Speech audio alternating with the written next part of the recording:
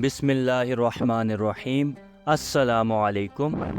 میں ہوں حافظ شیخ عماد احمد۔ آپ دیکھ رہے ہیں اسلامک انفو۔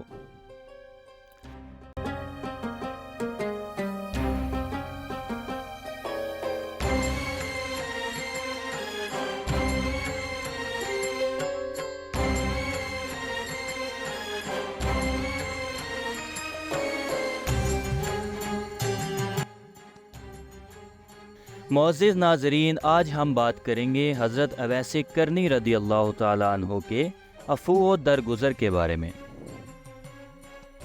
معزز ناظرین، زہبتین نامی کتاب میں درج ہے کہ آپ رضی اللہ تعالیٰ عنہ عشق اور محبت کا وہ پیکر رقم تھے کہ جنہیں سرکار دو عالم رضی اللہ تعالیٰ عنہ کی قربت و حضوری دور رہ کر بھی میسر تھی۔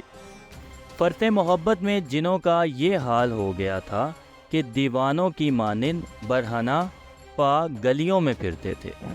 پریشان حال اور خستہ حال دیکھ کر لڑکے آپ رضی اللہ تعالیٰ عنہ کو مجنوں دیوانہ سمجھتے اور پتھر مارتے تھے جن سے خون بہنے لگتا۔ ایک روز آپ رضی اللہ تعالیٰ عنہ رک گئے اور بچوں سے فرمانے لگے، مجھے بڑے پتھر سے نہیں بلکہ چھوٹے پتھروں سے مارا کرو۔ وہاں پر موجود کسی شخص نے پوچھا کہ اے اویس رضی اللہ تعالیٰ عنہ، کیا تمہارے دعوی عشق کی یہی حقیقت ہے کہ بڑے پتھروں کی تکلیف سے خوفزدہ ہو؟ آپ رضی اللہ تعالیٰ عنہ یہ سن کر مسکرا کر کہنے لگے، نہیں، میں بڑے پتھروں سے تو نہیں ڈرتا ہوں، بلکہ بات صرف یہ ہے کہ ان سے خون بہنے لگتا ہے اور وضو ٹوٹ جاتا ہے، اور میں بے وضو یاد الہی تو نہیں کر سکتا۔ یعنی دیوانگی میں بھی آپ رضی اللہ تعالیٰ عنہ کو شریعت کا کس قدر پاس تھا۔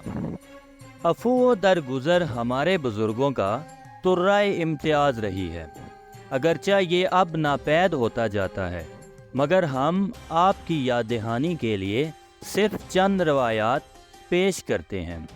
ایک روز امام حسین بن علی رضی اللہ تعالیٰ عنہ کچھ صحابہ کے ہمراہ سفر کر رہے تھے اور رسول صلی اللہ علیہ وآلہ وسلم کا امامہ شریف سر پر اور ذوالفقار حیدری گلے میں لٹکائے ہوئے صحابہ اکرام کے درمیان یوں جلوہ گر تھے جیسے چاند ستاروں کی جرمٹ میں۔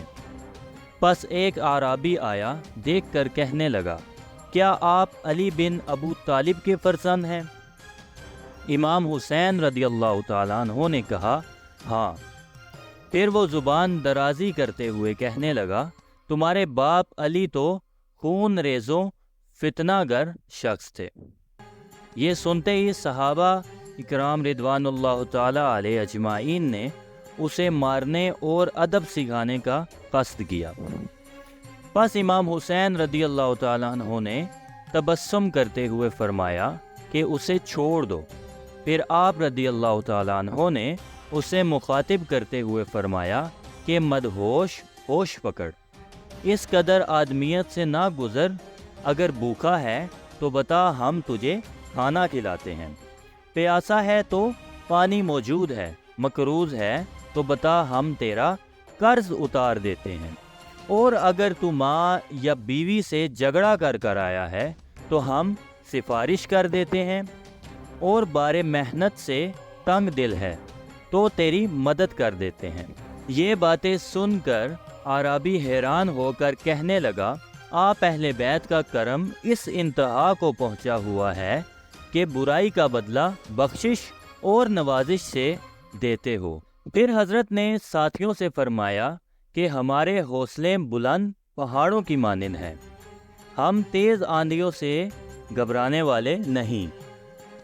تو معزز ناظرین، ایسے ہی حضرت امام حسن رضی اللہ تعالیٰ عنہ کو 5 بار زہر دیا گیا، مگر آپ بفضل باری تعالیٰ شفایاب ہوتے رہے۔ پھر 6ٹھی بار آپ رضی اللہ تعالیٰ عنہ کو زہر نے ایسا اثر کیا کہ جگر کے ٹکڑے کر دیے، تو بوقت وصال آپ رضی اللہ تعالیٰ عنہ کے بھائی امام حسین رضی اللہ تعالیٰ عنہ آپ رضی اللہ تعالیٰ عنہ کے پاس آئے اور دیکھ کر رونے لگے اور کہا اے بھائی بتائیے آپ جانتے ہیں کہ آپ رضی اللہ تعالیٰ عنہ کو زہر کس نے دیا؟ فرمایا ہاں۔ امام حسین رضی اللہ تعالیٰ عنہ نے کہا پھر مجھے بتا دیں اگر آپ رضی اللہ تعالیٰ عنہ وصال کر جائیں تو میں اس سے آپ رضی اللہ تعالیٰ عنہ کا بدلہ لوں۔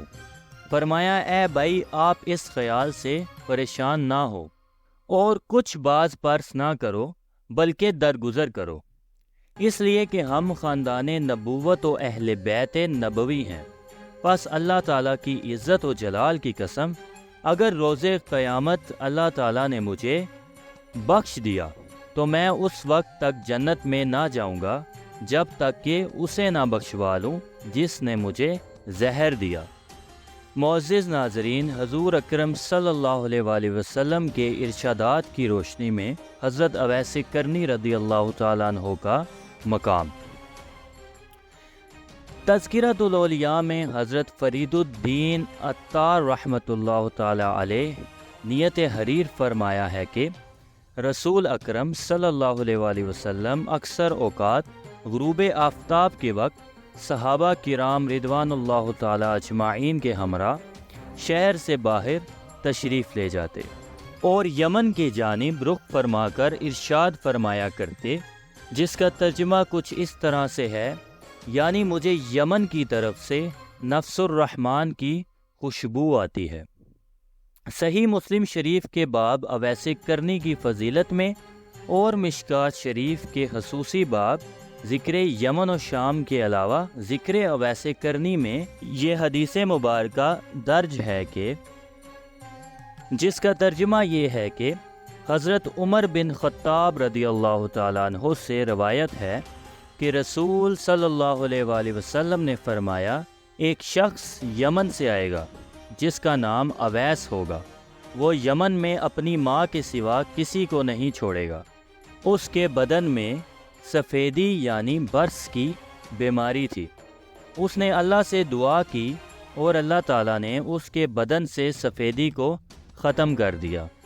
ہاں ایک درہم یا ایک دینار کے برابر سفیدی رہ گئی۔ پس تم میں سے جو شخص اس اویس سے ملے اس کو چاہیے کہ اس سے اپنے لیے مغفرت کی دعا کروائے۔ اور ایک اور روایت میں یوں ہے کہ حضرت عمر رضی اللہ تعالی عنہ نے بیان کیا کہ میں نے رسول صلی اللہ علیہ وآلہ وسلم کو فرماتے ہوئے سنا ہے کہ تابعین میں بہتر شخص وہ ہے جس کا نام اویس کرنی رضی اللہ تعالی عنہ ہے، اس کی ایک ماں ہوگی، اس کے بدن پر برس کا نشان ہے، پس تم اس سے دعائے مغفرت کرانا۔ خواجہ فرید الدین عطار رحمۃ اللہ تعالی علیہ تذکرۃ الاولیاء میں لکھتے ہیں کہ رسول صلی اللہ علیہ وآلہ وسلم نے اپنے صحابہ کرام رضوان اللہ تعالی اجمعین کو مخاطب کر کے فرمایا کہ اولیاء میں سے اللہ تعالیٰ کو سب سے محبوب وہ ہے جو پرہیزگار اور متقی ہے۔ صحابہ کرام رضوان اللہ تعالی علیہم اجمعین نے عرض کیا، یا رسول صلی اللہ علیہ وآلہ وسلم، ہم میں تو یہ بات نہیں پائی جاتی۔ آپ صلی اللہ علیہ وآلہ وسلم نے ارشاد فرمایا کہ یمن میں اویس نامی ایک شتر بان ہے، اس کے قدم با قدم چلو تو یہ مرتبہ حاصل ہوگا۔ تذکرۃ الاولیاء باب دوم میں حضرت شیخ فرید الدین عطار رحمۃ اللہ تعالی علیہ نے حضرت اویس کرنی رضی اللہ تعالیٰ عنہ کی توصیف میں حضور اکرم صلی اللہ علیہ وآلہ وسلم کی حدیث مبارکہ کی تحریر کی ہے کہ رسول صلی اللہ علیہ وآلہ وسلم کا ارشاد ہے کہ روز محشر 70,000 ملائکہ کے جلوے میں جو اویس کرنی رضی اللہ تعالیٰ عنہ کی شبیہ ہوں گے۔